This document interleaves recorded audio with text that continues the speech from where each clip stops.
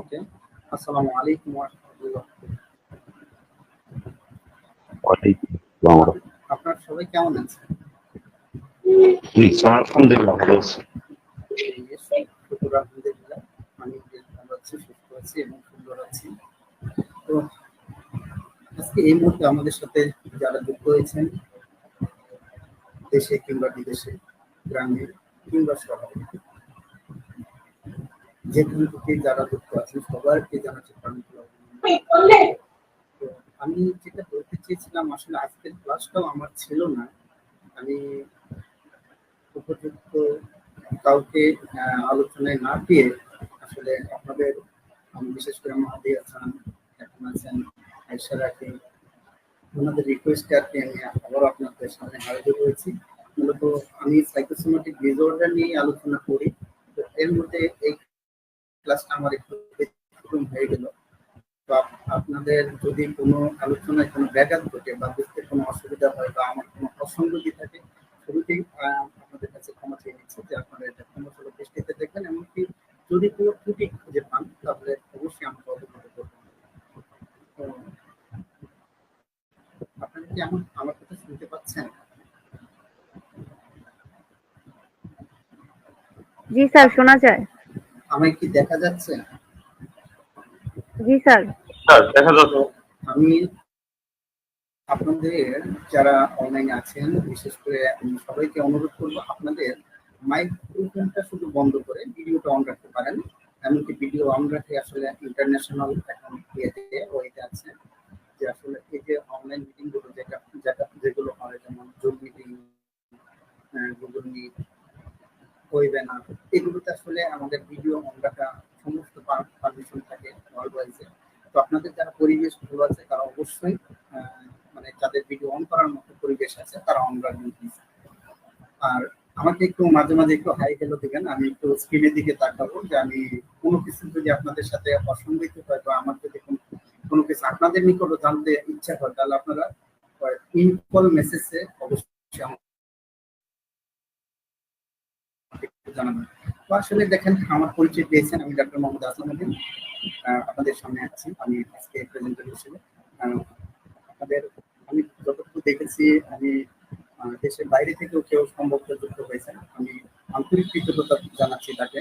আসলে নামটা জানি না, হয়তো আপনারা যারা উপস্থিত আছেন যদি আপনাদের নাম এবং মোবাইল নাম্বারটা আমাদের স্ক্রিনের ইয়েতে ইনকল মেসেজে লেখেন তাহলে হয়তো আমার পরবর্তীতে আপনাদের সাথে যোগাযোগ করতে সুবিধা হবে, এমনকি আপনাদের সাথে একটা কমিউনিকেশন হবে। আপনারা প্লিজ যার যার নাম এবং মোবাইল নাম্বার ইনক্লুড করবেন প্লিজ। হুসেন মাহমুদ লিখেছেন কিছু বোঝা যায় না। আয়শা কি কোনো সমস্যা হচ্ছে? না স্যার, সমস্যা হচ্ছে না তো, শোনা যায়। ওকে, ঠিক আছে। একটু কাইন্ডলি আপনাদের যার যার নাম এবং মোবাইল নাম্বার, কে কোথা থেকে যুক্ত হয়েছেন এটা একটু ইনক্লুড করবেন প্লিজ। ইনকল মেসেজে লিখবেন প্লিজ।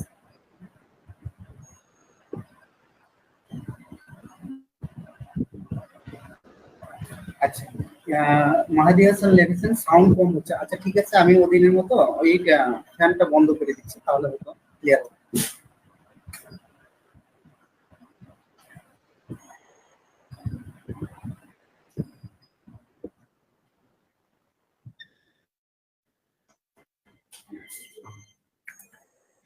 জি মাহাদি হাসান, এখন ক্লিয়ার আছে ডাক্তার সাহেব?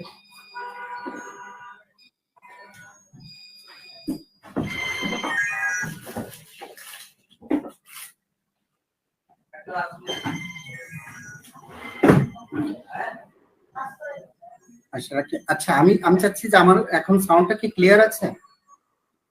জি স্যার, ক্লিয়ার আছে এখন। ওকে, থ্যাংক ইউ। তো আমি শুরু করতে যাচ্ছি। আপনাদের অনেকেরই নাম্বার পেয়েছি, অসংখ্য ধন্যবাদ। মাহাদি হাসান নাম্বার দিয়েছেন, আয়েশা রাকি নাম্বার দিয়েছেন, হোসেন মোহাম্মদ নাম্বার দিয়েছেন, এবং সাথে একটু দয়া করে লিখবেন কে কোথা থেকে যুক্ত আছেন আমাদের সাথে। সাথে এলাকাটাও একটু লিখবেন, বা দেশের বাইরে যদি থাকেন তাও একটু লিখবেন প্লিজ। তো আমাদের আজকের আলোচনা বিষয় খুবই সহজ, খুবই সহজ, খুবই সহজ, একদম সহজ। আমরা যদি ঘরে বাইরে কিংবা আনাচে কানাচে যেখানেই তাকাই, এমন কোনো মানে পরিবার নাই যেখানে একটা অ্যানিমিয়া রোগী খুঁজে পাওয়া যাবে না। এই কথাটা একটু পরে আপনারা বুঝতে পারবেন যে প্রত্যেক পরিবারে একজন করে অ্যানিমিয়া রোগী আছে, সেটা হয়তো সিভিয়ার আর নয়তো নর্মাল, কিন্তু আছে।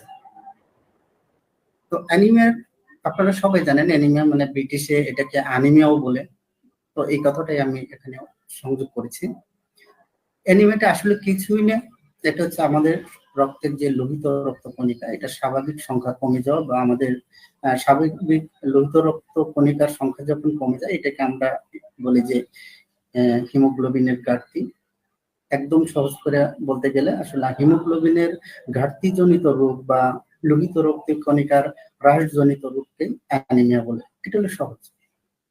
এর সাথে আরেকটু ইনক্লুড করতে পারেন যে হিমোগ্লোবিনের ঘাটতিজনিত কারণে যদি ফুসফুস থেকে যে আমাদের বডিতে রক্ত সাপ্লাই হয়, যে অক্সিজেনটা সাপ্লাই হয়, সেখানে যদি অক্সিজেন সাপ্লাইয়ের পরিমাণ কমে যায়, তাহলে তাকে অ্যানিমিয়া বলে।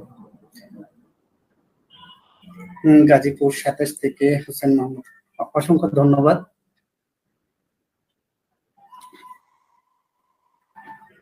ওকে, ডক্টর নাসির হোসেন স্যার, অসংখ্য ধন্যবাদ যুক্ত হওয়ার জন্য। তো আমরা এখন যাচ্ছি আরেকটু ক্লিয়ার হই যে অ্যানিমিয়াটা আসলে আরো একটু ব্যাপকভাবে যদি বলি, এইভাবে আপনারা চিন্তা করতে পারেন। অ্যানিমিয়া একটি রক্তের ব্যাধি, মানে অর্থাৎ রক্তের একটা রোগ যেখানে স্বাভাবিক মাত্রার চেয়ে কম লোহিত রক্তকণিকা থাকে, অর্থাৎ লোহিত রক্তকণিকার পরিমাণ যখন কমে যায়, কিছুক্ষণ আগে বলেছি, এটাকে অ্যানিমিয়া বলে। বা এর জন্য যে বডিতে যে অক্সিজেন সাপ্লাইয়ের পরিমাণ কমে যায়, তাকেই অ্যানিমিয়া বলে। এখানে দেখেন এর মধ্যে দেখবেন যে বিশেষ করে আমাদের যে এই ঘটনাটা বেশিরভাগই ঘটে কিন্তু আমাদের সচরাচর যারা মা হতে চলেছেন বা মা হয়েছেন, তাদের মধ্যে এই ঘটনাটা বেশি ঘটে। যেখানে দেখবেন যে প্রতি 5 জন যে ঋতুস্রাবী মহিলা থাকে, মাসিক যে চক্রটা হয়, সেখানে 5 জনের মধ্যে একজনের কিন্তু অ্যানিমিয়া থাকে। একটা বিস্ময়কর ঘটনা যে প্রতি 5 জনের একজনের মধ্যে এই ঘটনাটা ঘটতেছে। তার মানে দেখেন তাহলে তাকিয়ে যে আমাদের যে পরিবার পরিজন আত্মীয় স্বজন, তাদের মধ্যে কিন্তু আছে কেউ না কেউ। এমনকি গর্ভবতী মহিলাদের যে যত সংখ্যা আছে, টোটাল সংখ্যা প্রায় অর্ধেকই এই যে রক্ত শূন্য বলা হয়, রক্ত শূন্যতা।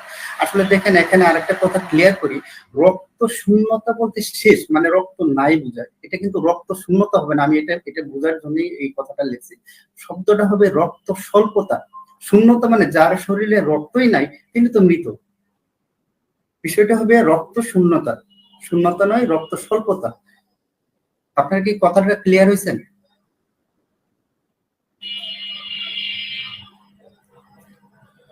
ডাক্তার সাহেব একটু সাড়া দেন, একটু মেসেজে লেখেন। আপনারা কি এই কথাটুকু ক্লিয়ার হয়েছেন? ওকে, অসংখ্য ধন্যবাদ শাহনাজ ম্যাডাম। জি স্যার, আন্তরিক ধন্যবাদ স্যার। হোসেন মাহমুদ, জি স্যার। ওকে, হাবিব স্যার জয়েন করেছেন, অসংখ্য ধন্যবাদ। মিম, জি স্যার। ওকে, থ্যাংক ইউ, একটু বোঝার জন্য অসংখ্য ধন্যবাদ। তো এখন থেকে আমরা বলবো রক্ত স্বল্পতা বা রক্ত অল্পতা। অল্পতা বলতে পারেন, স্বল্পতা বলতে পারেন, কিন্তু শূন্যতা কথাটা না বলাই ভালো, যেহেতু আমরা ডক্টর। তো নেক্সট স্লাইডে আমরা চলে যাচ্ছি, দেখি আরেকটু এটাকে বিশ্লেষণ করা যায় কিনা।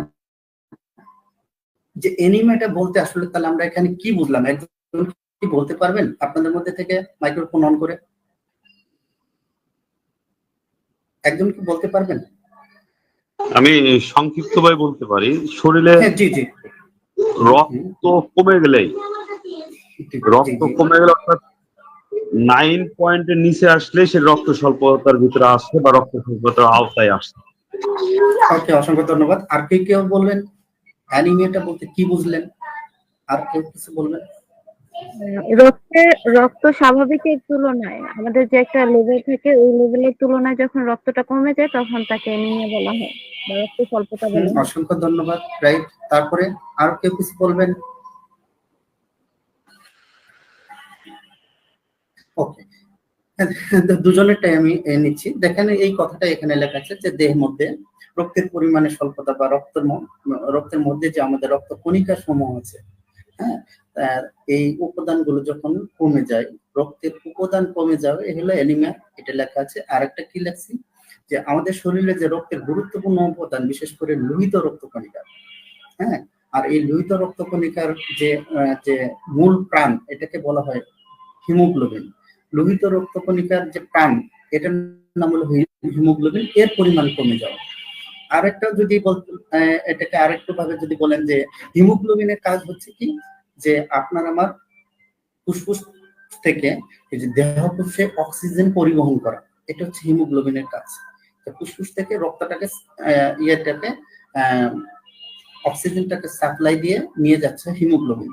আর যখন এই হিমোগ্লোবিন এই কাজটা করতে ব্যাঘাত ঘটে বা স্বাভাবিকভাবে নিতে না পারে, বা আমাদের আরবিসি বা যেটাকে আমরা বলি কি রেড ব্লাড সেল বা লোহিত রক্তকণিকা, এর যখন হ্রাস হয় তখন এটা স্বাভাবিকভাবে নিতে পারে না, তখন এটাকে আমরা রক্ত স্বল্পতা বা রক্ত অল্পতা বলে গণ্য করতেছি। অর্থাৎ কোনো কারণে রক্তে হিমোগ্লোবিনের মাত্রা বা পরিমাণ যদি কমে যায়, এই অবস্থাটার নাম হচ্ছে অ্যানিমিয়া। ক্লিয়ার? আপনারা কি ক্লিয়ার? জি স্যার। ওকে ওকে জি স্যার, ক্লিয়ার। ওকে, এখন আমরা দেখি যে একটা সুস্থ মানুষের সাধারণত 5 থেকে এই যে 6 লিটার বডিতে রক্ত থাকে একটা সুস্থ মানুষের। এটা কিন্তু দেখেন, এটা কিন্তু আসলে বয়স, তারপরে কি বলবেন যে আমাদের উচ্চতা, যে বিএমআই যেটা আমরা বলি, বডির উচ্চতা, বয়স, এগুলোর সাথে কিন্তু আবার একটু আছে। তো এটা হচ্ছে একটা মানে সাধারণ রেশিও, 5 থেকে 6 লিটার থাকে। এই ক্ষেত্রে আবার পুরুষ এবং মহিলার মধ্যে একটু ভিন্ন থাকে, যেমন সচরাচর মহিলার তুলনায় পুরুষের শরীরে একটু রক্তটা বেশি থাকে। এই জন্য আপনারা অনেক সময় মানে কি বলবো, মা যারা জাতি আছেন তারা কিন্তু একটু বকাতে বলেন যে হ্যাঁ এদের রক্ত গরম বা রক্ত বেশি। তো আসলে ঘটনা সত্য, পুরুষের একটু রক্ত বেশি থাকে পরিমাণে তো মেয়েদের তুলনায়। এর অর্থ এই না যে তাদের বুদ্ধি বেশি, এটা আবার ভাইবেন না। তো আরেকটা বিষয় হচ্ছে যে এটা সাধারণত শরীরে মোট যে আমাদের ওজন, মানে আমাদের বডিতে যার যার যে ওজন আছে তার সেই ওজনের 7 থেকে 8%, অর্থাৎ টোটাল ওজনের 7 থেকে 8% আমার বডিতে রক্ত আছে। এটা হলো আরেকটা রেশিও। আপনারা ক্লিয়ার হচ্ছেন? অ্যান্সার দেন একটু। হাই হ্যালো না দিলে তো আমি মনে করবো যে আমি কার সাথে কথা বলছি। জি, অসংখ্য ধন্যবাদ। একদম সহজ জিনিস, আজকের আলোচনা কিন্তু আমার চেয়ে আপনারা ভালো জানেন, এই জন্য আপনাদের রেসপন্স আছে। আপনারা যদি আমাকে একটু সহযোগিতা করেন আমার জন্য আরো ভালো হয়, কারণ আমি বরং এই বিষয়ে একটু বলা চলে যায় এই বিষয়গুলো নিয়ে এত ঘাটাঘাটি করি নাই বা সুযোগ পাইনি। আপনারা একটু দিবেন। ওকে, মিম ঠিক আছে, জি স্যার। মাহদি হাসান জি স্যার, আয়েশা রাখি জি স্যার, ডাক্তার রুনালালা জি স্যার, অসংখ্য ধন্যবাদ।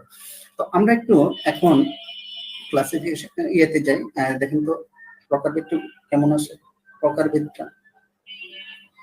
প্রকারভেদের মধ্যে দেখেন আসলে টোটালি প্রায় 100+, মানে প্রায় 100-র উপরে কিন্তু প্রকারভেদ আছে।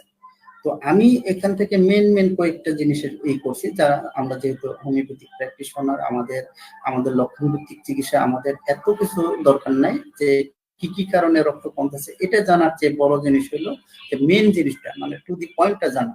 এর মধ্যে যেমন লোহার অবজনিত রক্ত স্বল্পতা, এই লোহা বলতে কিন্তু আয়রন বোঝানো হচ্ছে। আয়রন মানে লোহা, লোহা মানে আয়রন, আয়রনের ঘাটতি। এটার জন্য কিন্তু বিশেষ করে যখন একজন মা গর্ভবতী হয়, গ্র্যাভিড হয়, গর্ভবতী মাদের কিন্তু এই প্রবলেমটা বেশি দেখা দেয়। তখন আমরা বলি যে আয়রন সমৃদ্ধ খাবার খান অথবা আয়রন ট্যাবলেট খান। দেখবেন প্রতি জেলায় কমিউনিটি ক্লিনিক হচ্ছে, গ্রামে কমিউনিটি ক্লিনিক হচ্ছে, তারপরে আমাদের উপজেলা স্বাস্থ্য কমপ্লেক্স, এখানে কিন্তু ফ্রি এগুলো দেওয়া হয় আয়রন ট্যাবলেট গুলো, কারণ আমাদের মৃত্যুর হার মানে মাতৃমৃত্যুর হার কমানোর জন্য এই কাজটা করা হয়েছে। তো আরেকটা হলো সিকেল সেল অ্যানিমিয়া, যেটা আমরা উত্তরাধিকার সূত্রে পেয়ে থাকি। সচরাচর ধরেন উত্তরাধিকার সূত্রে বলতে ধরেন বাবা মা আছে বা দাদা দাদি ছিল, এখান থেকে মানে পরবর্তীতে দেখা গেল অনাগত সন্তান বা পরবর্তী যারা ভূমিষ্ঠ হয়েছে তাদের মধ্যে এটা ছড়িয়ে গেছে। তো আরেকটা নর্মোসাইটিক অ্যানিমিয়া, এটা হলো দীর্ঘ মানে একটা মানুষ যখন দীর্ঘদিন সংক্রামক ব্যাধিতে ভুগছে, ভোগের পরে দেখা গেল যে তার খাওয়া দাওয়া, লাইফস্টাইল কোনো কিছু স্বাভাবিক নয়, তখন দেখা গেল যে নর্মোসাইটিক অ্যানিমিয়াটা দেখা দেয়। হেমোলাইটিক অ্যানিমিয়াটা এটা বডির যে কোনো জায়গা থেকে যখন রক্তক্ষরণ হয়, বিশেষ করে আমাদের লোহিত রক্তকণিকা যখন যে পরিমাণ ধ্বংস হয়, তার সেই অনুযায়ী যখন হিমোগ্লোবিনটা উৎপাদন না হয়, হ্যাঁ, মেটাবলিজম ক্যাটাবলিজম সিস্টেমটা যখন ঠিক না থাকে, তখন যে অস্থিমজ্জার যে প্রসেসটা ব্যর্থ হয়, তখন যে প্রবলেমটা হয় এটাকে আমরা বলি হেমোলাইটিক অ্যানিমিয়া। আর ফ্যানকোনিয়া অ্যানিমিয়াটা দেখবেন আমাদের লিউকেমিয়ার রোগী অনেক পায়। আমরা যখন যারা প্র্যাকটিস করি তাদের জীবনে দেখবেন লিউকেমিয়া অসংখ্য পেশেন্ট পাওয়া যায়। লিউকেমিয়া একটা মেরুমজ্জার একটা ডিজিজ, অর্থাৎ আমরা মেরুমজ্জা বলতে বাংলা কি বলে, বোন মেরু। তো মানে বোন মেরুতে যে প্রবলেম গুলো হয়, বোন মেরু প্রবলেম জনিত কারণে লিউকেমিয়া যে সমস্যাটা দেখা দেয়, লিউকেমিয়া ডিজিজটা দেখা দেয়, এটা একটা রক্ত স্বল্পতা জনিত একটা রোগ। তো আরেকটা যে বিষয় মেগাপ্লাস্টিক অ্যানিমিয়াটা দেখবেন যে যাদের এই যে ফলিক অ্যাসিড, আমরা ফলিক অ্যাসিড মানে আয়রন, যেটাকে বলে আয়রন ট্যাবলেট বা ভিটামিন বি12, এগুলো আমরা ছোটবেলা থেকে দেখে আসছি, যদি এখন আমরা হোমিওপ্যাথিক প্র্যাকটিস করি, কিন্তু এই ওষুধগুলোর নাম আমরা জানি যে ভিটামিন বি12 বা ফলিক অ্যাসিড, এই যে এগুলোর ঘাটতিজনিত যে রোগটা হয়, তখন এটাকে আমরা মেগাপ্লাস্টিক অ্যানিমিয়া বলে আখ্যায়িত করে থাকি। আর এটার থেকে পরবর্তীতে দেখা যায় যে অটোইমিউনিটি ডিসঅর্ডার দেখা যায় বডিতে। অটোইমিউনিটি ডিসঅর্ডার বলতে আমরা যারা সাইকোসোমাটিক ডিসঅর্ডার গুলো জানি তারা তো বোঝার কথা অবশ্যই। তো অর্থাৎ বডিতে একটা ইমব্যালেন্স দেখা দেয়। আপনারা কি কথাগুলো ক্লিয়ার হয়েছেন? এই কথাগুলো ক্লিয়ার হয়েছে? অ্যান্সার দেন, একটু অ্যান্সার দেন, আমি তাকিয়ে আছি স্ক্রিনে। হোসেন মাহমুদ জি, আর কেউ আছেন?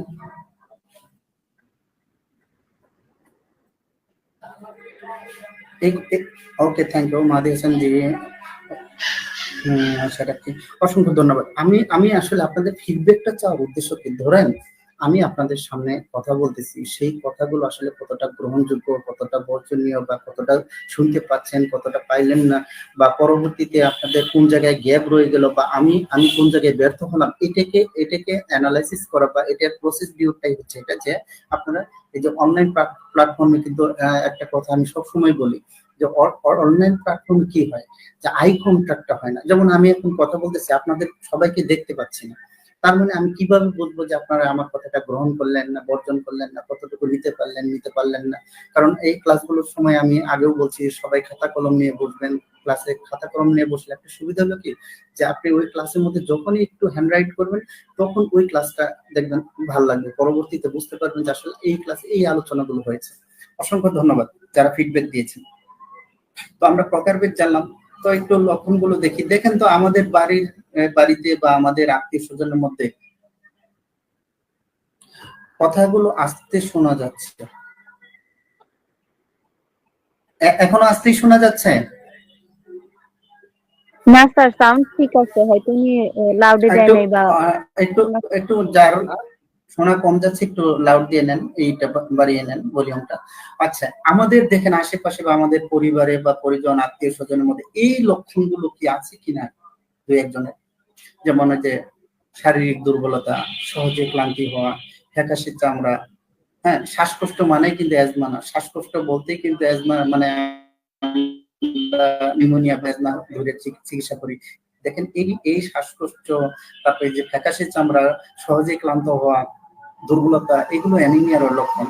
তারপরে ধরবেন যে অর্থোস্ট্যাটিক যে হাইপারটেনশন থাকে, অর্থাৎ যেমন আমরা অনেক সময় জানি যে বিভিন্ন ব্যথাজনিত কারণে, হ্যাঁ, ব্যথায় অস্থির হয়ে যাচ্ছে। হ্যাঁ, কারণ হলো কি, ব্যথাটা কেন হয়? মূলত যে জায়গায় ব্যথাটা হচ্ছে ওই জায়গায় তো অক্সিজেনটা পৌঁছিতেছে না, ওই জায়গায় অক্সিজেন শূন্য, ওই জায়গায় ইউরিক অ্যাসিড জমে গেছে। এগুলো নিয়ে পরবর্তী ক্লাস আছে। তো ওই জায়গাতে ধরেন ওই যে একটা গল্প আছে যে মোরলের হাড়ে হাড়ে ব্যথা, এই ব্যথাজনিত কারণে হাইপারটেনশন। এমনকি ঘন দেখা গেল যে মাথা ব্যথাটা হচ্ছে, কিছুদিন পর পর মাথা ব্যথা হচ্ছে বা লাগাতার মাথা ব্যথা থাকতেছে, এটাও একটা কারণ হয়ে যেতে পারে। তারপরে বুক ধরফরানি মানেই মনে করবেন না যে এটা শুধুমাত্র হার্টের ডিজিজ, এটাও কিন্তু অ্যানিমিয়ার একটা লক্ষণ, বুক ধরফরানি থাকতে পারে। আপনার সাথে একজনে বিরক্তিকর আচরণ করছে মানেই সে পাগল, বিষয়টা তা না। বিরক্তিকর আচরণ আসবে কারণ হলো বডিতে অক্সিজেন লেভেল কমে গেলে তার তো স্বস্তি নাই, সে তো নিজেও বিরক্তিতে আছে, অন্যকেও বিরক্তি রাখবে, এটাই স্বাভাবিক। জিহ্বাটা ফাটা দেখবেন যে লাল লাল লাল জীব, এর অর্থ এই না যে মনে করেন যে শুধু ফাঙ্গাস আক্রমণ হয়েছে বা আপনার কোনো জীবাণু সংক্রমণ হয়েছে অথবা খালি আলসার হয়ে গেছে, বিষয়টা তা না। যে ফাটা জিব্বা বা লাল জিব্বা এটাও কিন্তু প্রমাণ করে যে এই ব্যক্তিটা হয়তো বা অ্যানিমিয়ার লক্ষণ থাকতে পারে, এটাও একটা অ্যানিমিয়ার লক্ষণ। অথবা দেখা গেল মুখটা ফ্যাকাশে দেখা যাচ্ছে, এটাও কিন্তু অ্যানিমিয়ার একটা লক্ষণ। আপনি দেখলেন যে ক্ষুধামন্দা আছে, একটা ব্যক্তির ক্ষুধামন্দা আছে, আমি ধারণা করতেছি যে উনি খাইতে পারতেছে না, মানে তার গ্যাস্ট্রিক ইন্টেস্টাইনাল ট্র্যাক্টে বা দেখা গেল রেসপিরেটরি সিস্টেমে কোনো সমস্যা আছে। আসল সমস্যাটা দেখা গেল তা না, রক্তের মধ্যে, অর্থাৎ তার হিমোগ্লোবিনের ঘাটতি আছে। আরেকটা যে অদ্ভুত খাবারের প্রতি একটা লোভ। দেখেন আমরা কিন্তু কিছু কিছু মেডিসিনে পড়েছিলাম হোমিওপ্যাথিতে যে খড়িমাটি খাইতে চায়, কয়লা খাইতে চায়, অদ্ভুত কিছু খাবারের প্রতি একটা লোভ যখন আসে, তখন এটাকেও আমরা কিন্তু ধরে নিতে পারি যে এটা একটা অ্যানিমিয়ার লক্ষণ। ঠিক আছে, ওকে, এগুলো আছে না? দেখেন তো আমরা আমরা যে এইগুলো, এই যে কথাগুলো বললাম, এগুলো কি আমাদের পরিবার পরিজন বা আশপাশের লোকদের আছে না?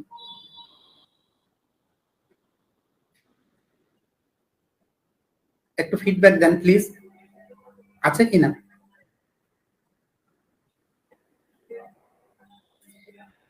আমি কি লাইনে আছি? জি স্যার আছি, তার মানে আছি, আলহামদুলিল্লাহ। আচ্ছা দেখেন, আমি এই কথাটা বারবার মানে এখানে আবার রিপিট করলাম একটা কারণে, সেটা হচ্ছে আমার কিছুদিন আগের একটা ঘটনা। গার্মেন্টসে চাকরি করে একটা মেয়ে শারীরিক দুর্বলতা নিয়ে আসছিলেন।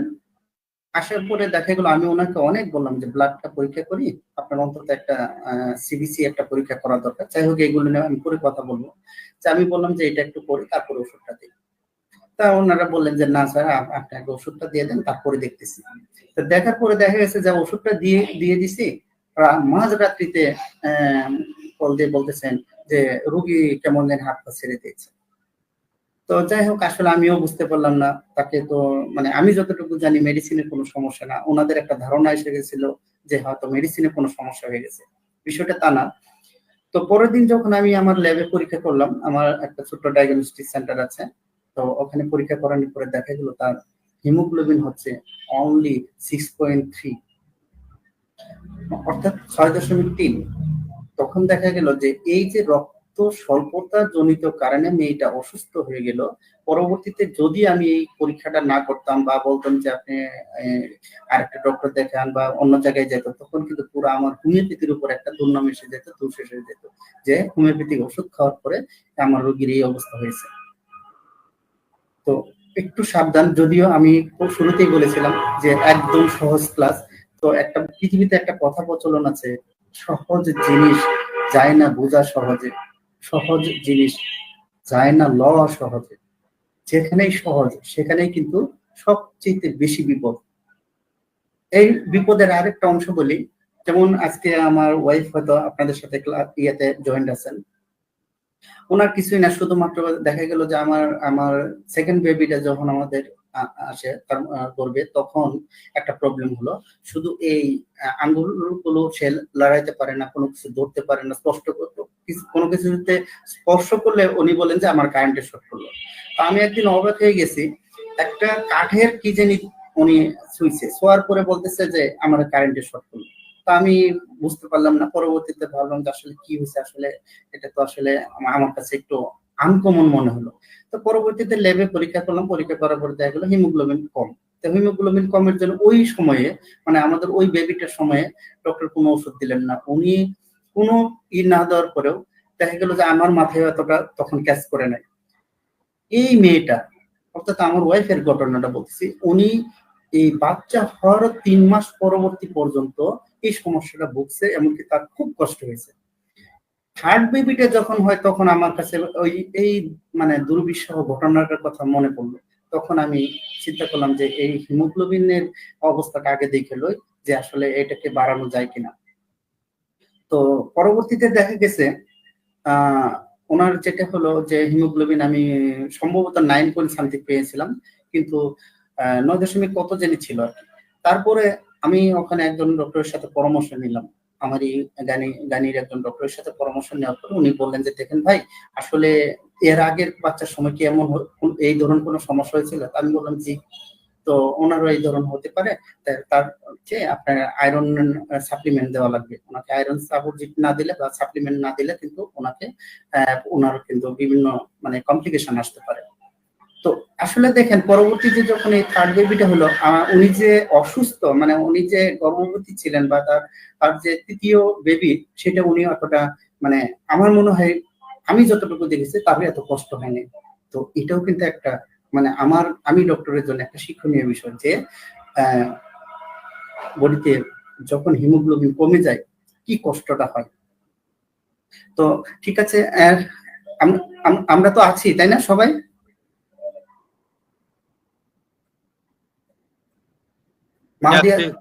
ওকে, থ্যাংক ইউ। তো আমি একটু কারণগুলোতে চলে যাচ্ছি, কি কারণে এই সমস্যাগুলো হচ্ছে।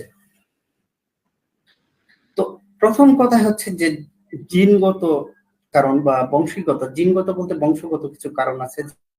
যেমন ধরেন জিনগত রক্তের ব্যাধি, যেখানে সিকেল সেল অ্যানিমিয়া, আপনারা রিপোর্ট যখন দেখবেন থ্যালাসেমিয়া লেখা থাকে, হ্যাঁ সিকেল সেল অ্যানিমিয়া লেখা থাকে। এই প্রবলেমটা কিন্তু হয় মূলত যে বাবা মা বা দাদা দিদি বা রক্তের গ্রুপ যদি এক হয়ে যায় এই জাতীয় প্রবলেমের জন্য। আবার আরেকটা কারণ হচ্ছে যে লোহিত রক্তকণিকা যাদের ধ্বংস হয়ে যাচ্ছে, ঠিকমতো লোহিত রক্তকণিকা উৎপাদন হচ্ছে না, সেগুলোকে আমরা বলি হেমোলাইটিক অ্যানিমিয়া।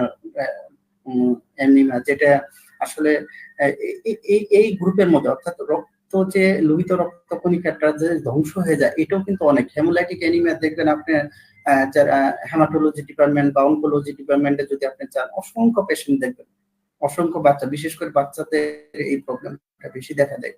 হরমোন ডেফিসিয়েন্সির জন্য এই প্রবলেমটা হতে পারে। যাদের বডিতে হরমোন ইনব্যালেন্স আছে তাদের জন্য কিন্তু এই প্রবলেমটা আসতে পারে যে বডিতে ঠিকমতো হিমোগ্লোবিনটা উৎপাদন হচ্ছে না।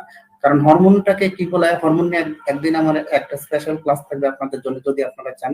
তো ওখানে আমি বিস্তারিত আলোচনা করবো যে হরমোন আপনার বডিতে কি করতেছে, কিভাবে করতেছে। যদি আপনারা চান পরবর্তীতে একটু আমাকে হাই হ্যালো দিয়েন, আমি ইনশাল্লাহ এটার উপর একটা বিস্তারিত একটা আলোচনা করবো ইনশাল্লাহ। পুষ্টি যেহেতু আমি পুষ্টি নিয়েই কাজ করি, পুষ্টির উপরেও থাকবে ক্লাস থাকবে আমার। তবে এর আগে যেটা বলতে চাই যে আমার গ্রুপে অসংখ্য গুণী মানে কি বলবো যে জ্ঞানী গুণী ডক্টর উপস্থিত আছেন। তাদেরকে টপকে বা তাদেরকে না বলে আমি কখনো ক্লাসে অ্যাটেন্ড করতে পারি না বা আমি নিজে ক্লাসটা নিতে পারি না, আমার কাছে খুব আনইজি লাগে। তো এর জন্য আপনারা সবাই ক্ষমা সুলভ দৃষ্টিতে দেখবেন। শুধুমাত্র আজকের ক্লাসটা আমি অংশগ্রহণ করছি ওনাদেরকে আমি পাইনি যে কারণে আসছি আপনাদের সামনে, না হলে একজনকেও যদি আমি আজকের ক্লাসে পেতাম আমি আপনাদের সামনে হাজির হতাম না। তো আরেকটা জিনিস দেখেন, গ্যাস্ট্রোইন্টেস্টাইনাল কিছু প্রবলেম আছে, যেমন ধরেন আইবিএস এর রোগী, আমরা আইবিএস নিয়ে গত ক্লাসে কিছু কথা বলেছিলাম। তো আইবিএস এর রোগী আছে, অথবা দেখা গেল যে গ্যাস্ট্রোইন্টেস্টাইনাল প্রবলেমের মধ্যে গ্যাস্ট্রাইটিস আছে, তারপর গ্যাস্ট্রিক ইরিটেশন আছে, অথবা দেখা গেল যে ওই আলসারেটিভ আছে। এই জাতীয় যে প্রবলেমগুলো, এই প্রবলেমগুলোর জন্য গ্যাস্ট্রোইন্টেস্টাইনাল এই প্রবলেমের জন্য দেখা গেল যে আমার বডিতে কোনো না কোনো সময় দেখা গেল হিমোগ্লোবিনের ঘাটতি করতে পারে। মেয়েদের ঋতুস্রাব জনিত ঘটনা জানেন, মাসিক চক্রটার সময় অনেকের অনেক দিন রক্ত যায়, 15 দিন 16 দিন এমন আছে। আমি তো গতকাল একটা পেশেন্ট পেয়েছিলাম 2 মাস 23 দিন যাবত ব্লিডিং হচ্ছে, বন্ধই হচ্ছে না। আমি যখন দেখলাম তার হিমোগ্লোবিনের অবস্থা দেখলাম যে অনলি 9.6 তার হিমোগ্লোবিনের অবস্থা। তো আপনারাই বলেন কি অবস্থা। আমি এখানে শুধুমাত্র তো এই অবস্থায় একটা ওষুধ দিলে শুধু কাজ হবে না, এখানে তাকে আয়রন সাপ্লিমেন্ট দিতে হবে, আয়রনের ঘাটতিটা পূরণ করতে হবে। গর্ভ অবস্থায় প্রত্যেকটা মেয়ের, বিশেষ করে কিছুক্ষণ আগেই বলেছি, প্রায় 50% মহিলার এই প্রবলেমটা হয়, হিমোগ্লোবিন ঘাটতি অর্থাৎ অ্যানিমিয়া দেখা দেয়। আর জিনগত কারণগুলো আমরা আগেই বলছি, জিনগত কারণ বিশেষ করে যেমন রক্তের গ্রুপ নিয়েও একটা ফ্যাক্টর কাজ করে, যে একই গ্রুপের রক্ত যদি হয়ে যায় তাহলে দেখবেন যে বাচ্চাদের কিন্তু একটা প্রবলেম দেখা দেয়। এটা সচরাচর আপনারা সবাই জানেন। যাদের বয়স 65 বছরের বেশি, এদের কিন্তু রক্তের একটা ঘাটতি আসতে পারে। কারণ হচ্ছে এই সময় রক্ত ঠিকমতো উৎপাদন হতে চায় না। তার মধ্যে দেখা যায় খাবার দাবার, লাইফস্টাইল অনেক কিছুর সাথে এগুলো জড়িত থাকে, যে কারণে 65 এর পরে দেখবেন যে একটা অ্যানিমিয়ার ভাব আসে, তখন আয়রন একটা ইনজেকশন দিতে হয়, অনেক জায়গায় দেয়। দেখবেন যে আপনার বাসারই হয়তো আশপাশে দেখবেন বলতেছে যে কয়দিন পর পরই একটা করে রক্তের ইনজেকশন দিতে হয়। তার মানে ওনার বয়সটা একটু দেখেন হয়তো বা বেশি। আয়রনের অভাব, এটা তো আগেই বলছি, আয়রনের বডিতে অভাব, এটা একটা ভিটামিনের অভাবে হতে পারে। তারপরে অস্থিমজ্জার রোগ কিছুক্ষণ আগেই বলেছি, অস্থিমজ্জার যে আমরা আমাদের যে বোন মেরুর যে সমস্যাগুলো থাকে এই জন্য দেখা গেল যে আমাদের লোহিত রক্তকণিকা ঠিক মতো উৎপাদন হতেছে না। বংশগত রোগ আগেই বলেছি। দীর্ঘমেয়াদী কিছু রোগ আছে, যেমন ধরেন আমাদের ক্যান্সার একটা দীর্ঘমেয়াদী রোগ। এই যে আইবিএস এর কথা বলছি, দীর্ঘমেয়াদী রোগ। আমরা কি বললাম যে ডায়াবেটিস মেলিটাস একটা দীর্ঘমেয়াদী রোগ। এই জাতীয় দীর্ঘদিন বা দেখা গেল যে কোনো একটা সংক্রামক ব্যাধিতে দীর্ঘদিন ধরে ভুগতেছে, অথবা আমাদের ভাষায় যেটাকে আমরা বলি ক্রনিক ডিজিজ, ক্রনিক ডিজিজের জন্য এটা হতে পারে। তো দীর্ঘমেয়াদী যে যত রোগ আছে সেগুলোর জন্য ওষুধের পার্শ্ব প্রতিক্রিয়া, হ্যাঁ 100% কিছু ওষুধ আছে যেটা খাওয়ার পরে দেখা গেল যে তার যে রক্তের উৎপাদন প্রক্রিয়া সেটা ব্যাহত করছে, তখন দেখা গেল যে এই প্রবলেমটা আসতে পারে। আপনারা কি এই কথাটুকু বুঝতে পারছেন? প্লিজ একটু জানাবেন। জি স্যার, বুঝতে পারছি। অসংখ্য ধন্যবাদ। আচ্ছা, আমরা এখন দেখবো যে আমরা জেনারেল কি পরীক্ষাটা করবো।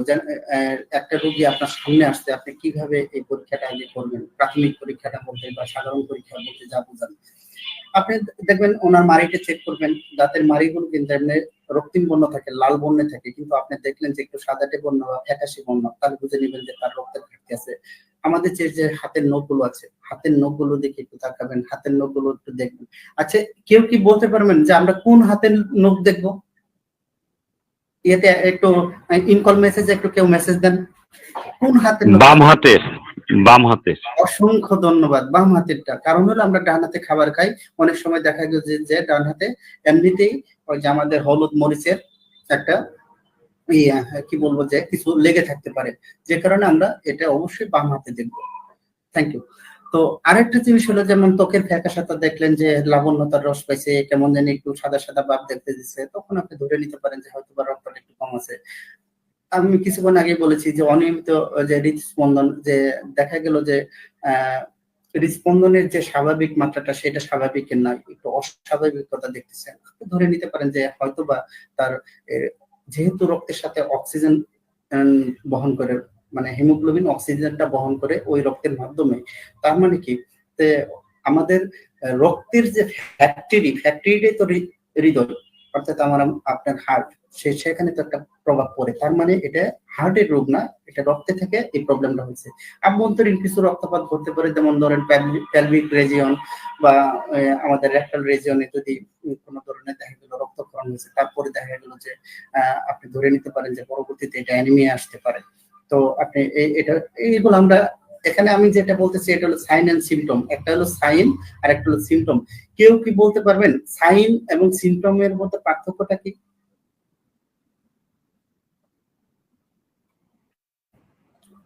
একটু লেখেন, কোনটাকে সাইন বলবো আর কোনটাকে সিমটম বলবো।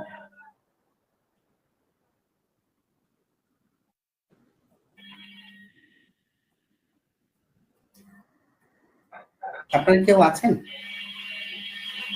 আর যেটা ডক্টর সরাসরি দেখে বুঝতে পারে ওটা হচ্ছে সাইন, আর সিমটম হচ্ছে রোগী নিজের লক্ষণগুলো আর কি বলে নিজের হ্যাঁ, মুখে। অসংখ্য ধন্যবাদ। অর্থাৎ এই যে আমরা এখানে প্যালভিক রিজিয়ন বা রেক্টাল রিজিয়নের যে প্রবলেমটা বললাম, যে এখান থেকে রোগী এসে বললো যে আমার রক্ত চাই, কিন্তু আপনি সরাসরি তার রেক্টাম রিজিয়ন বা প্যালভিক রিজিয়নটা দেখলেন যে সরাসরি যে হ্যাঁ একটু রক্তের রেশ পাওয়া গেল, এটাকে বলা হচ্ছে সাইন।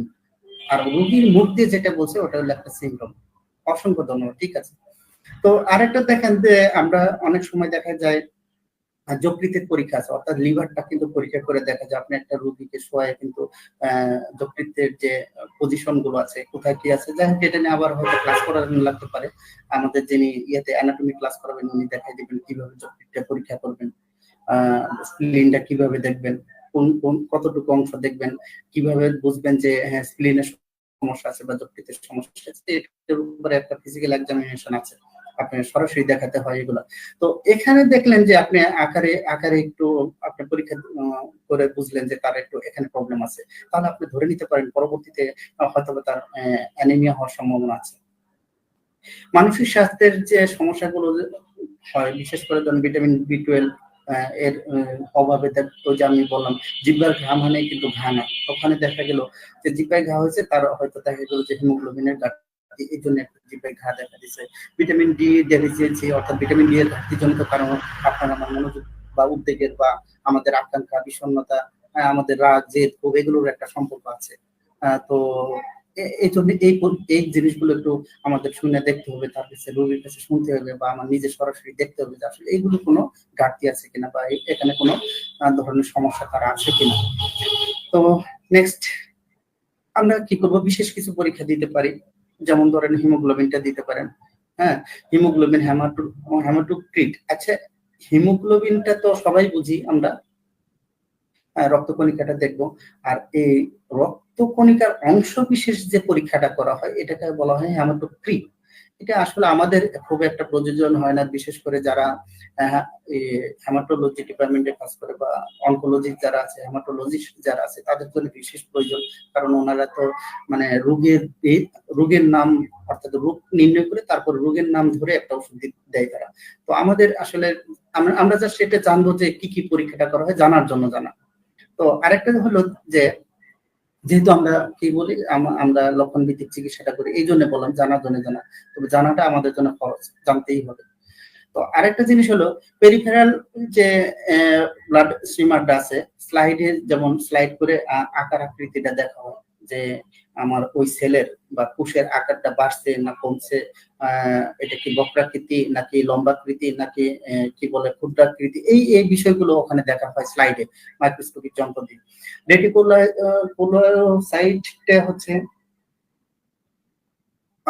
এটা হচ্ছে ধরেন এটাও একটা গণনা।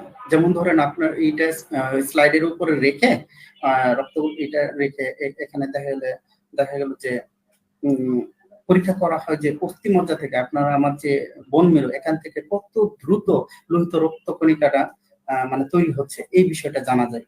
হ্যাঁ, আয়রন স্টাডিজটা দেখা যায় এখানে, মানে অর্থাৎ আপনার আমার শরীরে যে আয়রনটা, এটা আয়রনের মাত্রা কি পরিমাণ আছে, আয়রনের পরিমাণটা কত, আয়রনের মানে এটা কি পরিমাণ ক্ষমতাধারী, এই বিষয়গুলো জানা যায়। বায়োপসির মাধ্যমে অস্থিমজ্জা বায়োপসির মাধ্যমে আমরা অস্থিমজ্জার সঠিক যে অবস্থা মানে কি অবস্থায় আছে আপনার আমার অস্থিমজ্জা পাশে কি কোনো ধরনের এই দুরারোগ্য কোনো ব্যাধি দেখা দিল কিনা, এটাকে নির্ণয় করা হয়। আপনারা কি এ পর্যন্ত ক্লিয়ার হয়েছেন?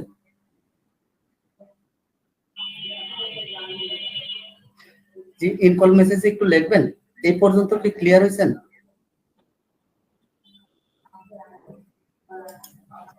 স্যার আমার একটা প্রশ্ন ছিল। জি বলেন।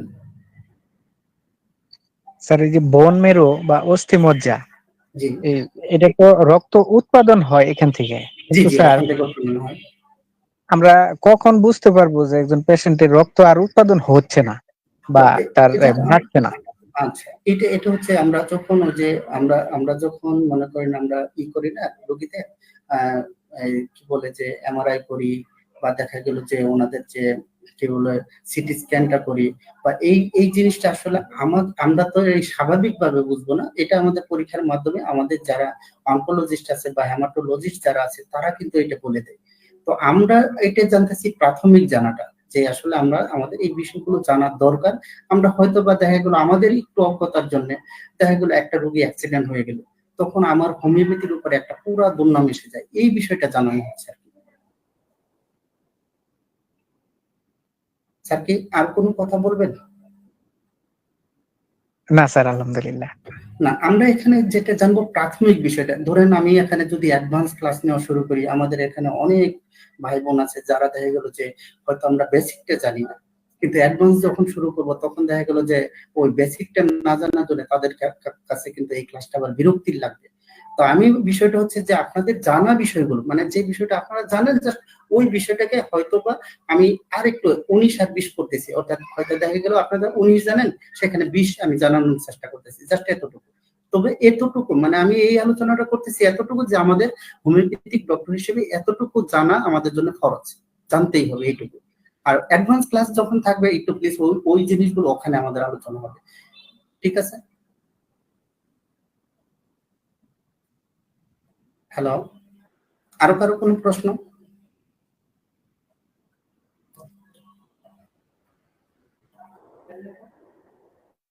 ওকে, তো আমরা দেখেন অ্যানিমিয়ার রোগটা নির্ণয় করব। যেমন এই কিছুক্ষণ আগে যে প্রশ্নটা করেছিলেন যে আমাদের উৎপাদন বন্ধ হয়ে গেল কেন, আমার ভাষায় নাম দিছি শয়তানের বাষ্প।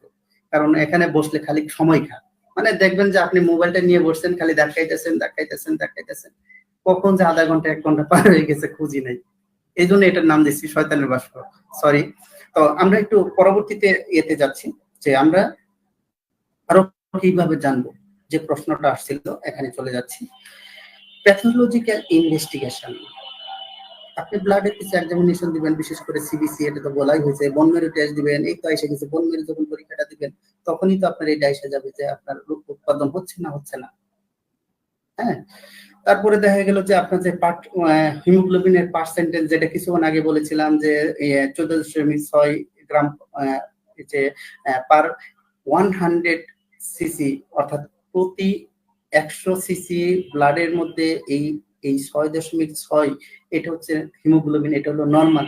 যখন দেখলেন যে এটা এটা এটা কোনোভাবেই পরিবর্তন হচ্ছে না, এত মানে ডেফিসিয়েন্সিতে আছে, পরিবর্তন হচ্ছে না, তখন তার মানে ইট ইজ এ বোন মেরু কেস।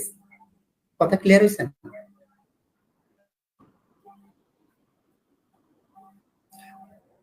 ওকে, তারপরে দেখলেন যে আপনি আমাদের ইলেকট্রোলাইট পরীক্ষা আছে।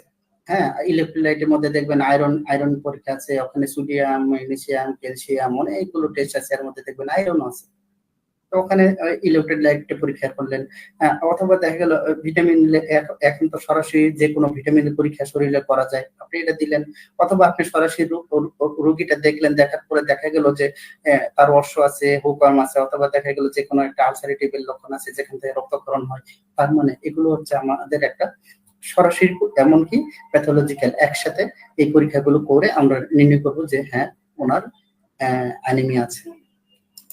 আমরা দেখবো এখন স্বাভাবিক মাত্রাটা দেখেন, আমরা এইটা হলো স্বাভাবিক মাত্রা, এটা কিন্তু সবার গড়, এটাকে বলা হয় গড়।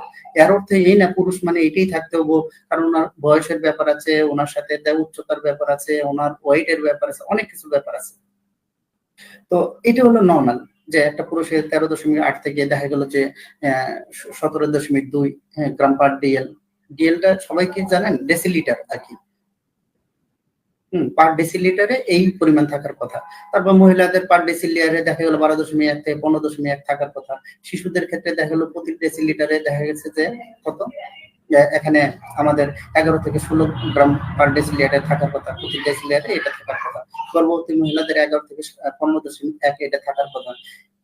এখন দেখেন যে আমরা যেমন বলছিলাম যে আমাদের সম্ভবত ডাক্তার মাহাদি বলছিলেন যে 9 কত দিন থাকলে আমরা বলবো যে অ্যানিমিয়া। না, বিষয়টা তা না। একটা প্রেগন্যান্ট মহিলার জন্য 11 নিচে থাকা মানেই তার হচ্ছে এটাই অ্যানিমিয়ার লক্ষণ তার জন্য। কথাটা ক্লিয়ার হয়েছেন? হ্যালো,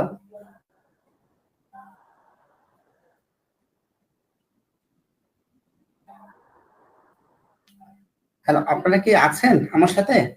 ওকে, মোজাম্মেল হক, জি স্যার। আসলামিয়া, জি স্যার, অসংখ্য ধন্যবাদ।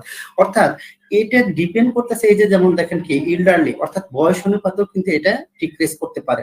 এই স্লাইডটা কিন্তু পরিমার্জন হতে পারে। ঠিক আছে, তো আসেন আমরা পরবর্তীতে চলে যাই যে এটার জন্য যে সমস্যাগুলো, একটা অ্যানিমিয়ার জন্য এই গুলো হচ্ছে আমাদের চারপাশে, দেখবেন এই জিনিসগুলো আসতেছে। আয়রন ডেফিসিয়েন্সি অ্যানিমিয়া, অর্থাৎ আয়রনের যে অভাবে, অর্থাৎ আপনার আমার শরীরে আয়রনের অভাবে অ্যানিমিয়া দেখা দিচ্ছে, অ্যাপ্লাস্টিক অ্যানিমিয়া দেখা যাচ্ছে, বা অ্যানিমিয়া গ্রেভাইট দেখা দিতেছে, গুলো এইগুলো প্রায়ই পাবেন। হেমোলাইটিক অ্যানিমিয়া আসতেছে, লিউকেমিয়া গুলো আসতেছে। কারণ হচ্ছে কি, এতদিন তারা মানে অ্যানিমিয়া, অর্থাৎ তার যে বডিতে রক্ত কম ছিল, এই ট্রিটমেন্ট গুলো না করার জন্য এই প্রবলেম গুলো আসতেছে, বারবার আসতেছে। অথচ আমাদের চারপাশে এরা ঘুরপাক খাচ্ছে, পরবর্তীতে এগুলো সমাধান করতেছি না। সবাইকে ধন্যবাদ। আপনারা সবাই ভালো থাকবেন, সুস্থ থাকবেন, সুন্দর থাকবেন, সেই শুভকামনায় আগামীতে হয়তো বা দেখা গেল আমি কি চিকিৎসাতে যাব, আমরা কি চিকিৎসাতে যাব কিছু? জি স্যার। আমি ধন্যবাদ দিয়ে দিই সবাই, কি বলেন? আপনারা তো সবাই জানেনই চিকিৎসা কি। না স্যার, আমরা তারপরে আপনার কাছ থেকে শিখতে চাই। ওকে, আমি ছোট্ট করে চিকিৎসাটা লিখছি। এখানে ধরেন কি দিবেন, রোগের দেখা গেল রোগটা নির্ণয় করবেন, রোগ নির্ণয় এবং তীব্রতার উপর ডিপেন্ড করবে তাকে আপনি কি ট্রিটমেন্ট দিবেন। তাকে কি আয়রন সাপ্লিমেন্ট দিবেন, নাকি তাকে আয়রন সমৃদ্ধশীল খাবার দিবেন, নাকি তাকে সরাসরি রক্ত ভরার পরামর্শ দিবেন। এটা ডিপেন্ড করতেছে রোগটা নির্ণয়, অর্থাৎ কি ধরনের রোগ হচ্ছে এটা জানতে হবে। কারণ ধরেন এই যে আমরা শিখলাম এতদিন যে রোগ না কি মানে আমরা রোগের নয় রোগী চিকিৎসা করি। অবশ্যই সবাই রোগীর চিকিৎসা করি, কিন্তু আপনি যখন জানবেন যে ওই ব্যক্তিটার অ্যাপ্লাস্টিক অ্যানিমিয়া বা দেখা গেল যে ওই ব্যক্তিটার দেখা গেল যে থ্যালাসেমিয়া, তো আপনি থ্যালাসেমিয়া রোগের ক্ষেত্রে আপনি কিভাবে শুধু একটা ওষুধের উপর ডিপেন্ড করবেন? সেই ক্ষেত্রে তো আপনাকে বলতেই হবে যে একটা আয়রন সাপ্লিমেন্ট লাগবে, আপনার আয়রন সমৃদ্ধশীল খাবার লাগবে, অথবা দেখা গেল প্রতি 3 মাস বা 6 মাস অন্তর আপনার একবার রক্ত একটু ভরতে হবে। এছাড়া কি কোনো পরামর্শ আছে বলেন তো?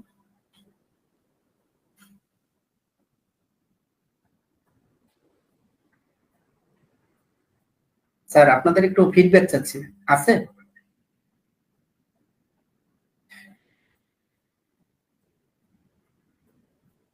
ওকে, নাই স্যার, থ্যাংক ইউ।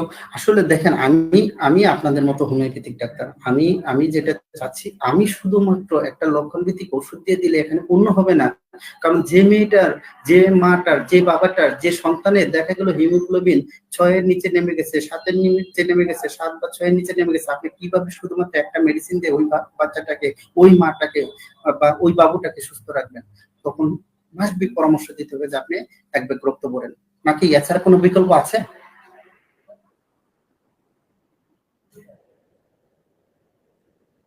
স্যার আপনাদের একটু ফিডব্যাক চাচ্ছি, আছে থাকলে আমাকে বলেন, আমিও আজ থেকে তাই করব। তো অসংখ্য ধন্যবাদ। তারপর যদি মানে আমার মতের সাথে দ্বিমত হতে পারে, আমি আমার বিশ্বাসটাকে আপনাদের সামনে তুলে ধরছি, আপনাদের প্রত্যেকের অন্তরে বিশ্বাসকে আমি মানে অন্তঃস্থল থেকে শ্রদ্ধা জানাচ্ছি, সম্মান জানাচ্ছি, ভক্তি জানাচ্ছি। আমার বিশ্বাসের সাথে আপনাদের বিশ্বাস নাও মিলতে পারে, যদি না মিলে সেটাও আমাকে একটু জানাবেন, চেষ্টা করবো যে ইনশাল্লাহ পরবর্তীতে সেটাকে ইনক্লুড করার জন্য। এখানে যেটা হলো যে দেখা গেল যে ভিটামিন এর অভাবে আপনার রক্ত শূন্যতা আছে, তাহলে ফলিক অ্যাসিডটা দিবেন, ভিটামিন সি সমৃদ্ধ খাবারটা দিবেন, এটা তো পরামর্শ দিতে পারেন, বা পুষ্টিকর খাবারটা খাবেন। ভিটামিন সিটা কেন দিবেন? ভিটামিন সি, আচ্ছা, আমরা ভিটামিন বি12 বা ভিটামিন জাতীয় যে রক্ত উৎপাদনের ক্ষেত্রে আমরা কি কি মেডিসিন ব্যবহার করতে পারি একটু বলবেন? আচ্ছা, আমাদের কি আছে কোনো ভিটামিন বি নামে কোনো মেডিসিন ব্যবহার করার মতো, যে এটাতে ভিটামিন বি আছে? আমাদের যত মেডিসিন, কোন একটা মেডিসিনে কি কেউ স্যার বলতে পারবেন যে আমাদের এটা আছে যে ভিটামিন বি12 নামে যে উপাদানটা এই মেডিসিনে এটা আলোচনা করা হয়েছে? কারো জানা আছে? না, এরকম তো নাই জানি। আচ্ছা, যদি না থাকে তাহলে আমাদের প্রশ্নটা হবে যে অর্থাৎ অ্যানিমিয়ার ক্ষেত্রে আমরা কোন কোন মেডিসিন গুলো ব্যবহার করতে পারি, এটা সম্ভব। কিন্তু এর অর্থ হয় না, আমি যেটা বলতেছি আমরা মেডিসিনের না, মেডিসিনের যেটা উইদাউট মেডিসিন, অর্থাৎ যখন আপনার একটা 6 বা 7 হিমোগ্লোবিন, সেই ক্ষেত্রে তো আমার আগে মেডিসিন আসবে না, আগে হচ্ছে তাকে হয় আয়রন সাপ্লিমেন্ট দিতে হবে, না হলে তাকে আয়রন জাতীয় খাবারগুলো দিতে হবে, অথবা তাকে কি করতে হবে যে আপনার এক ব্যাগ রক্ত ভরতে হবে। এছাড়া কিছু আছে?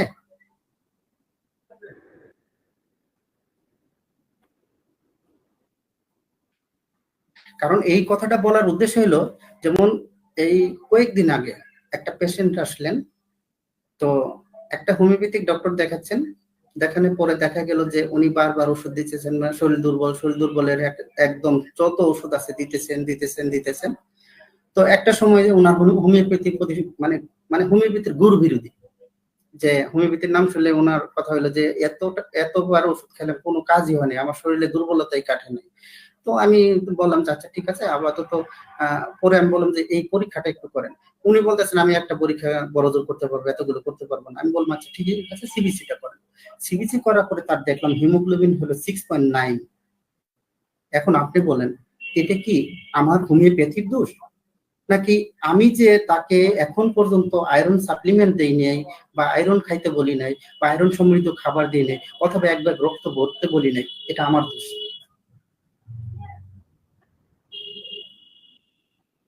স্যার একটু বলবেন?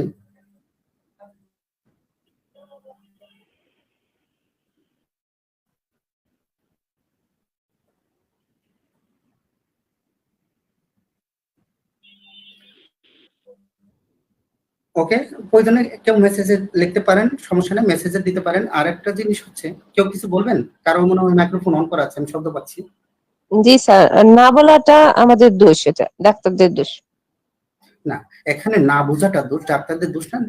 উনি হয়তো বুঝতেই পারেন না যে আমাদের মানে আয়রনের যে একটা ব্যাপার আছে, অর্থাৎ আমার শরীরে যে অ্যানিমিয়াটা আসতে পারে বা আমার আয়রন সাপ্লিমেন্ট থাকতে পারে, আয়রনের একটা ডেফিসিয়েন্সি আসতে পারে, এই বিষয়টা উনি জানে না। না জানাটা দোষ, ডাক্তারের দোষ না। বিষয়টা হলো ওই বিষয়টা না জানা আমার দোষ।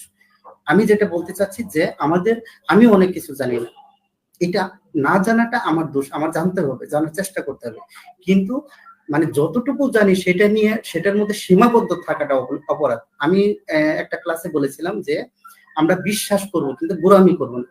বিশ্বাস হচ্ছে কি, যে হ্যাঁ আমাদের হোমিওপ্যাথিতে সব চিকিৎসা আছে, সব আছে, এটা হলো বিশ্বাস।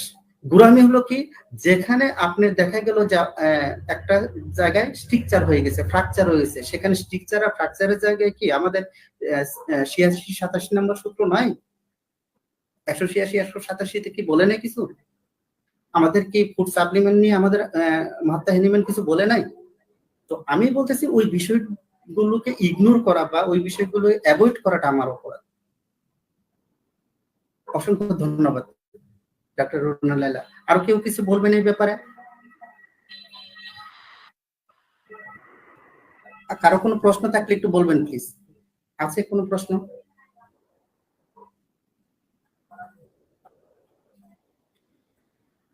ডাক্তার আয়েশা রাকি, ডাক্তার মাহাদি হাসান, ডাক্তার মোজাম্মেল হক, হুসাইন মাহমুদ, অনেকে আছেন, প্লিজ কেউ কিছু বলবেন?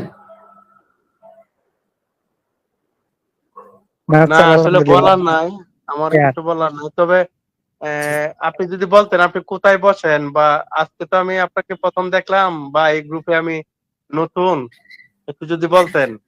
আমি আছি গাজীপুর হারিকেন, আমার চেম্বারটা গাজীপুর হারিকেনে, আর আমার ডায়াগনস্টিক সেন্টারটাও ওই পাশেই। মানে ডায়াগনস্টিকের কথাটা এই জন্যই বললাম যে প্রত্যেকটা আপনারা যারা এখানে আছেন সবাই একটা না একটা ডায়াগনস্টিক সেন্টারের সাথে আপনাদের সুসম্পর্ক রাখবেন। এটাও না আমার, সরি, আমি আপনাদের মানে রিকোয়েস্ট করে বলতেছি, কেন আজকে ধরেন বিশ্বায়নের যুগে আমাদের এই বিষয়গুলো জানার দরকার আছে না নাই? আপনারা বলেন। বিশ্বায়নের যুগে আমার কাছে অবশ্যই আছে, দরকার। আমাদের কাছে যে পেশেন্ট গুলো আছে, বিশ্বাস করুন তারা বেশি বেশি ইউটিউব গুগল ঘাটাঘাটি করে আসে। তাহলে উনি যদি আমার চেয়ে এই বিষয়টা ভালো জানে, তাহলে উনি আমার চিকিৎসা গ্রহণ করবে না, বরং বর্জন করবে। এমনকি আমার পেতিকেও সে একসময় বর্জন করবে। সো আমাদের সবই জানা দরকার আছে। ওই যে একটা গল্প আছে যে মানবো আমারটা, যে আমি আমার সাইন সিমটম ভিত্তিক চিকিৎসা করব, লক্ষণ ভিত্তিক চিকিৎসা করব, কিন্তু আমার এই বিষয়গুলো জানতে হবে। না জানলে আমি রোগী কনভিন্স করতে পারবো না। রোগীকে আমার মানে কি বলবো, যে রোগীকে আমরা যে গত ক্লাসে কাউন্সিলিং বলেছিলাম, রোগী কাউন্সিলিংটা করতে পারবো না। আর সঠিক গাইডলাইন ছাড়া যেমন সন্তান মানুষ করা যায় না, সঠিক কাউন্সিলিং ছাড়া কখনোই রোগী আরোগ্য করা যায় না। সঠিক গাইডলাইন লাগতে হয়। তো আপনারা সবাই ভালো থাকবেন, সুস্থ থাকবেন, সুন্দর থাকবেন, সেই শুভকামনায় আজকের জন্য বিদায় নিচ্ছি। আসসালামু আলাইকুম ওয়া রাহমাতুল্লাহ।